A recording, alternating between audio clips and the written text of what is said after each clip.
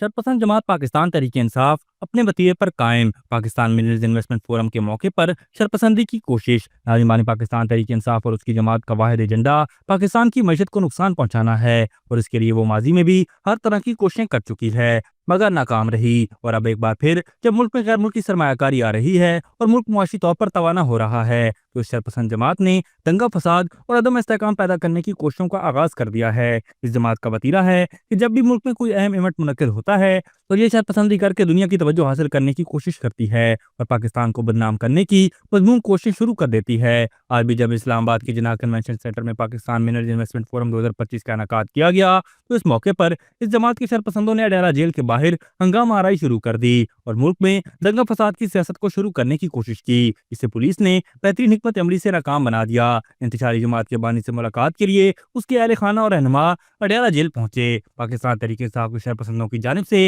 हंगामा आराई का आगाज किया गया, पुलिस पर पथराव किया गया जिससे कुछ पुलिस एहलकार मामूली जख्मी भी हुए। इस मौके पर पुलिस ने फौरी रद्द-ए-अमल देते हुए बानी पाकिस्तान तहरीक-ए-इंसाफ की तीनों बहनों आलिया हमजा और हामिद रजा समेत दीगर अराकीन को हिरासत में ले लिया।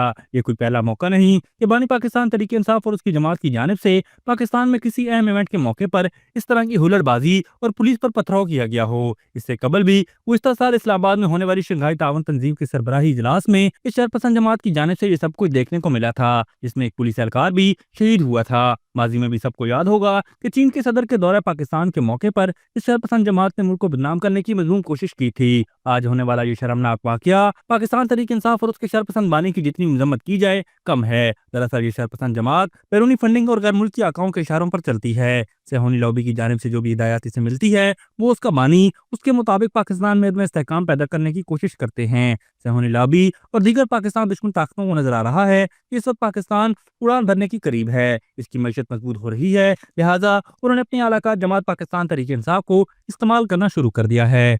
अभी तक के लिए सिर्फ इतना ही। मजीद दिलचस्प और ताज़ा तरीन खबरों से आगाह रहने के लिए हमारे चैनल इस्लामाबाद इंसाइडर को सब्सक्राइब करना मत भूलिए। और अगर हमारी ये वीडियो आपको अच्छी लगी है तो इसे लाइक कर दें और अपनी कीमती राय का इजहार नीचे दिए गए कमेंट सेक्शन में ज़रूर करें।